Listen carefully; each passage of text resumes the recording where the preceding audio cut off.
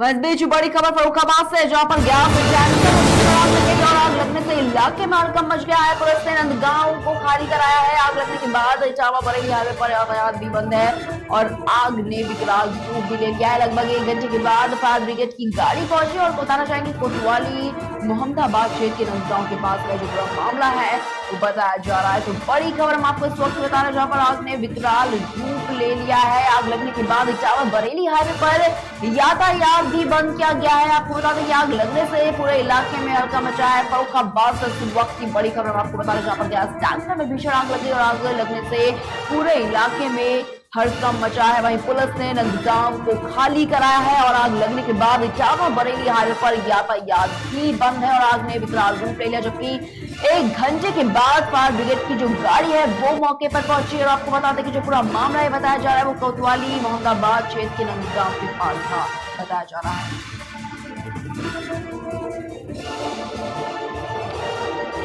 और इसी खबर पर तमाम जानकारी के लिए हमारे साथ हमारे सहयोगी दीपचंद दीक्षित फोन लाइन पर जुड़ चुके हैं। तो दीपचंद, आपसे जानना चाहेंगे सबसे पहले किस तरीके से गैस टैंकर में भीषण आग लगी जिससे बड़ा हादसा जो है वो देखने को मिला है।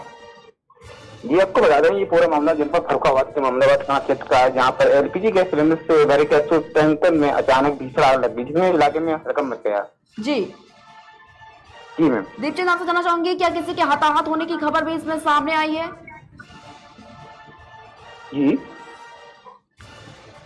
क्या इस आपको बता दें कि एलपीजी से भरे गैस टैंक में आग लगने के बाद यातायात पुलिस ने बंद करवा दिया है। आग लगने के बाद इटावा बरेली हाईवे पर यातायात बंद करते हुए लगी आग ने लिया विकराल रूप धारण कर लिया है। क्या इसमें कुछ लोग घायल भी बताए जा रहे हैं? जी, अभी इसकी जानकारी नहीं हो पा रही है, लेकिन घटना के लगभग 1 घंटे बाद पहुंची फायर ब्रिगेड की पुलिस टीम ने आग पर काबू पाया है।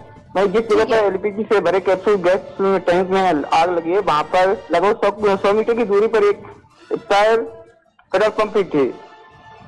ठीक है, बहुत बहुत शुक्रिया आपका हमारे साथ जुड़ने के लिए। फर्रुखाबाद से बड़ी खबर आपको बता रहा है, जहां पर गैस टैंकर भीषण आग लगी और आपको बता दें कि आग लगने से पूरे इलाके में अफरा तफरी का माहौल जो है वो भी देखने को मिला है और पुलिस ने नंदगांव को खाली कराया है। वहीं आपको बता दें कि आग लगने के बाद इटावा बरेली हाईवे पर यातायात बंद किया गया है और आग ने विकराल रूप भी लिया है। लगभग 1 घंटे के बाद फायर ब्रिगेड की टीम वहां पर पहुंची। वहीं आपको बता दें कि जो पूरा मामला है बताया जा रहा है वो कोतवाली मोहम्मदाबाद क्षेत्र के नंदगांव के पास का बताया जा रहा है।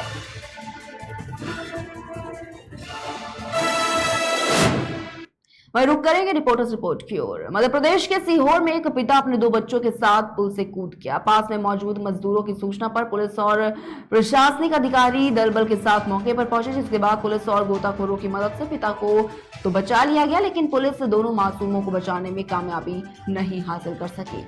बता दें आपको कि ब्रिज से 2 मासूम बच्चों की हत्या करने के उद्देश्य को लेकर युवक के खिलाफ पुलिस ने कार्रवाई करते हुए हत्या का मामला दर्ज कर लिया है। वहीं युवक की हालत गंभीर होने की वजह से उसे अस्पताल में भर्ती कराया गया है और यही वजह है कि युवक की गिरफ्तारी नहीं हो सकी है। इस प्रकार है, कल रात को हम लोगों को 8 बजे के लगभग सूचना मिली थी कि एक व्यक्ति अपने 2 बच्चों के साथ नर्मदा नदी में कूद गया है पुल से। तो पुलिस की टीम तुरंत मौके पर पहुंची, प्रशासन को सूचना दी गई। तो लगभग 1 घंटे के प्रयास के बाद आदमी को तो जिंदा बचा लिया गया। तो उसने बताया कि पारिवारिक कारण की वजह से शायद वो अपने परेशान था, मानसिक स्थिति उसकी ठीक नहीं थी, तो अपने बच्चों को लेकर उसने ये कदम उठाया है। फिर रात भर हमारी टीम, एसडीआरएफ की टीम, होशंगाबाद और सीहोर की टीम आई थी, जिन्होंने पूरे रात भर सर्चिंग की, परंतु बच्चे नहीं मिले। आज सुबह 6 बजे के आसपास दोनों बच्चों के शव बरामद किए गए। बच्चे का नाम सात्विक है, जिसकी उम्र 2 वर्ष है, और बालिका का नाम ओमवती है, जिसकी उम्र 4 वर्ष है। चूँकि ये आदमी को जीवित बचा लिया गया है, तो उस पर 302 का प्रकरण करके विवेचना जारी की गई है। और आदमी की स्थिति अभी क्रिटिकल है, होशंगाबाद में था वो, उसके लंग्स में पानी भर गया है, बाकी अभी नॉर्मल। सिद्धार्थनगर में खनन माफियाओं के हौसले बुलंद है। यहाँ दिन दहाड़े खुलेआम अवैध खनन जारी है। 2 दिनों से लगातार हो रहा अवैध खनन जो है वो किया जा रहा है। आपको बता दें कि नौगढ़ तहसील प्रशासन और स्थानीय पुलिस के संरक्षण में अवैध खनन लगातार हो रहा है। खनन माफिया अवैध खनन कर लगातार मिट्टी निकाल रहे हैं और प्रशासन मूक दर्शक बना हुआ है।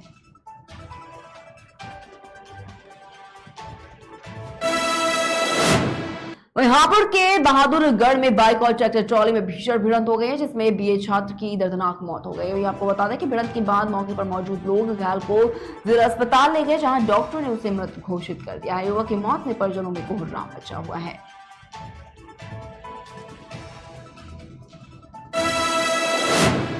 वहीं कौशाम्बी में कोकरा थाना क्षेत्र के देवभिटा मलाका गांव से गुजर रही हाई टेंशन तार में शॉर्ट सर्किट होने की वजह से आग लग गई। और आपको बता दें कि देखते ही देखते आग ने इतना भीषण रूप धारण कर लिया कि उसकी चपेट में आने से पशु भी बुरी तरीके से झुलस गए हैं। दमकल की गाड़ियां जब तक मौके पर पहुंची तब तक सारा सामान जलकर खाक हो गया था। फिलहाल प्रशासन की टीम मौके पर पहुंचकर नुकसान का जायजा भी ले रही है।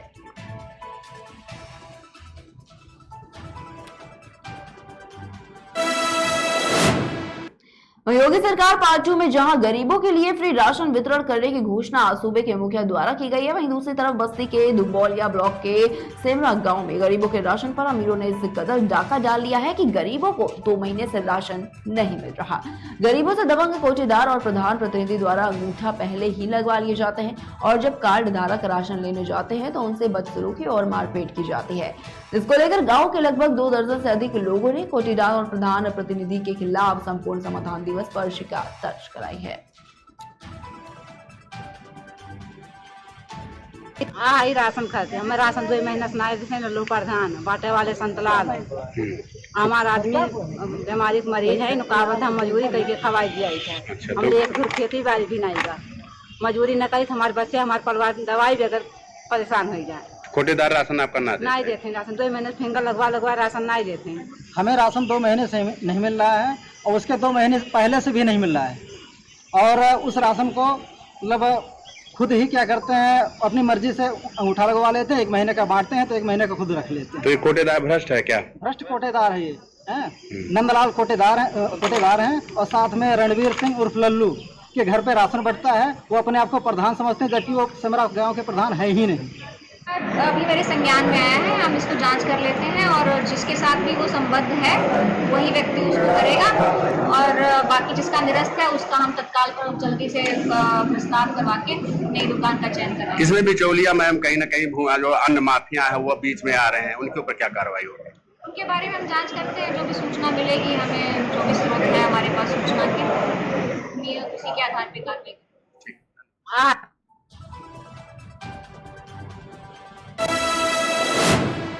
बिजनौर में धामपुर बार एसोसिएशन के अध्यक्ष राजपाल सिंह एडवोकेट के नेतृत्व में दर्जनों अधिवक्ता दिवस संपूर्ण समाधान पर जिलाधिकारी उमेश मिश्रा से मिले, जहां पर उन्होंने लिखित में शिकायत दर्ज की। उनका कहना है कि तहसीलदार कमलेश कुमार का आचरण अधिवक्ताओं के प्रति सही नहीं है, वो हमेशा अशोभनीय भाषा का प्रयोग करते हैं।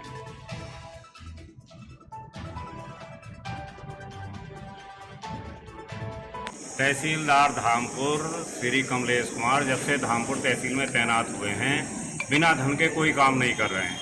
दाखिल खारिज के अविवादित बाद बिना किसी कारण के निरस्त किए जा रहे हैं। कोई भी काम कराने के लिए जाओ धन के अभाव में नहीं करते हैं, मनमाना धन मिल जाता है तो कार्य कर देते हैं, जिसकी शिकायत हमने पूर्व में भी सीडीओ साहब, एडीएम साहब और बोर्ड ऑफ रेवेन्यू को की, जिसमें जांच आखिया डीएम साहब को एसडीएम साहब ने भेज दी है। और आज भी हम उनको जो ज्ञापन देकर के आए हैं उसमें उन्होंने जो बिंदु हमने लिखे थे उसका साक्ष्य मांगा है, वो साक्ष्य उन्हें दे दिया जा रहा है। अब जो भी आदेश डीएम साहब करेंगे, क्या आश्वासन दिया डीएम साहब ने? या तो इन्हें सुधारेंगे या यहाँ से हटाएंगे। तहसीलदार धामपुर श्री कमलेश कुमार जब से धामपुर तहसील में तैनात हुए हैं बिना धन के। वहीं 2 साल पहले नक्सलियों से मुठभेड़ के दौरान छत्तीसगढ़ में शहीद हुए बांदा निवासी सीआरपीएफ जवान विकास कुमार को राष्ट्रपति भवन के दरबार में राष्ट्रपति रामनाथ कोविंद के द्वारा उनकी वीरता के लिए सम्मानित किया गया था। बता दें आपको कि मरणोपरांत उन्हें शौर्य चक्र से सम्मानित किया गया था। वहीं दूसरी तरफ सरकार के किए गए वादे अभी तक पूरे नहीं हो पाए हैं। शहीद की याद में ना तो शहीद स्मारक बनाया गया है और ना ही तोरण द्वार निर्मित कराया गया है। और इतना ही नहीं, परिवार के किसी सदस्य को सरकारी नौकरी भी नहीं दी गई। शहीद का परिवार अभी भी सरकार से मदद की आस लगाए बैठा हुआ है। मेरे पति 204 कोबरा बटालियन में छत्तीसगढ़ में कोबरा के पद पर तैनात थे। एक दिन नक्सलियों के मतलब जंगल में होने की सूचना मिली उनको, तो वो हीरापल्ली के जंगलों में गए और उनकी भीषण मुठभेड़ हुई नक्सलियों के मध्य। भीषण मुठभेड़ होने के तहत तो गोलाबारी होने के तहत तो शहीद हुए। तो इसी शहादत को देखते हुए महामहिम राष्ट्रपति जी ने उनको शौर्य चक्र से सम्मानित किया। मैं उनकी बहुत आभारी हूँ जो उन्होंने मेरे पति की शहादत को, उनके बलिदान को उस लायक समझा। और मैं सरकार से यही चाहती हूँ कि जो उन्होंने वादे किए हैं, राज्य सरकार ने जो घोषणा करी थी एक नौकरी देने के लिए, करोड़ द्वार बनवाने के लिए और शहीद स्मारक बनवाने के लिए, तो उन्हें पूरा करें। अभी आपके परिवार को दिल्ली राष्ट्रपति भवन बुलाया गया था, किस बात को लेकर बुलाया गया था? क्या मेरे बड़े भाई सीआरपीएफ में कोबरा कमांडो थे जो 10 फरवरी 2019 को शहीद हो गए थे, और इसके सम्मान में जो शौर्य चक्र दिया था उसके लिए राष्ट्रपति भवन मेरी भाभी और मेरी माता जी को बुलाया गया था। और क्या आपकी और क्या मंशा है आपके परिवार की, जो उस समय आप लोगों ने कुछ डिमांड की होगी सरकार से, क्या मांगे हैं आप? पर यही डिमांड थी कि जो हमारे बड़े भैया हैं उनकी शहीद स्मारक के लिए बुलाए गए थे, और उनके स्मारक का रोड बनने के लिए जहाँ भी बनेगी, और उसमें तोरण द्वार के लिए भी बोला गया था। सरकार से हमारी यही गुजारिश है कि जो अपनी घोषणा की है उनकी करने की पूरी करें।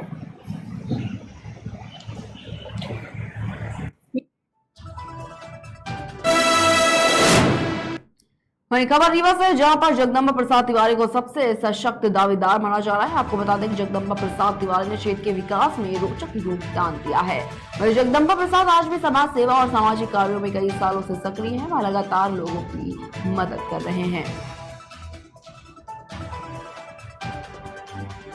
पहले किस राजनीतिक पद में आप रहे हैं जनता के बीच? मैं 2 बार 5 ग्राम पंचायत का सोसाइटी का संचालक मंडल का सदस्य था जी। फिर उसके बाद मैं जल उपभोक्ता संस्था टीवी का अध्यक्ष जी। फिर अब एक बार जिला पंचायत का चुनाव लड़ा था तो हार गया था जी। क्योंकि हमारे गांव से ही लड़े थे हमारे स्वर्गीय दादाजी के नाती जी, तो इसलिए मैं हार गया। इस बार फिर से मौका मिला है सेवा करने के लिए, मैदान में आया। पहले किस राजनीतिक पद में आप रहे हैं जनता के बीच? मैं 2 बार 5 ग्राम पंचायत का सोसाइटी का संचालक मंडल का सदस्य था जी। फिर उसके बाद मैं जल उपभोक्ता संस्था टीवी का अध्यक्ष जी। फिर अब एक बार जिला पंचायत का चुनाव लड़ा था तो हार गया था जी। क्योंकि हमारे गांव से ही लड़े थे हमारे स्वर्गीय दादाजी के नाती जी, तो इसलिए मैं हार गया। इस बार फिर से मौका मिला है सेवा करने के लिए, मैदान में आया। पहले किस राजनीतिक पद में आप रहे हैं जनता के बीच? मैं 2 बार 5 ग्राम पंचायत का सोसाइटी का संचालक मंडल का सदस्य था जी। फिर उसके बाद मैं जल उपभोक्ता संस्था टीवी का अध्यक्ष जी।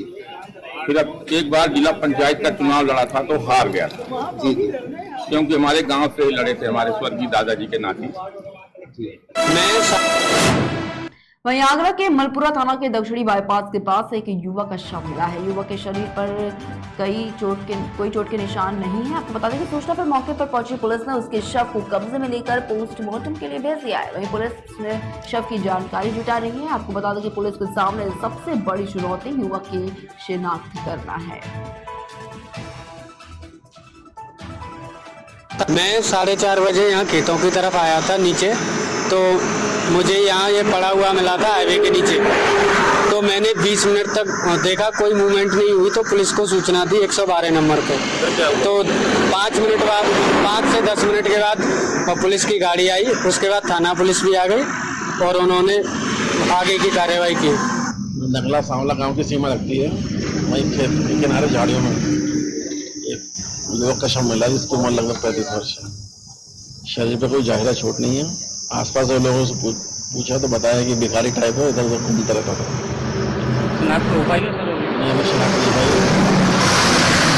शव को पंचायत में भर के पीएमजे देखा जाएगा, शिनाख्त होने में अग्रिम कार्रवाई।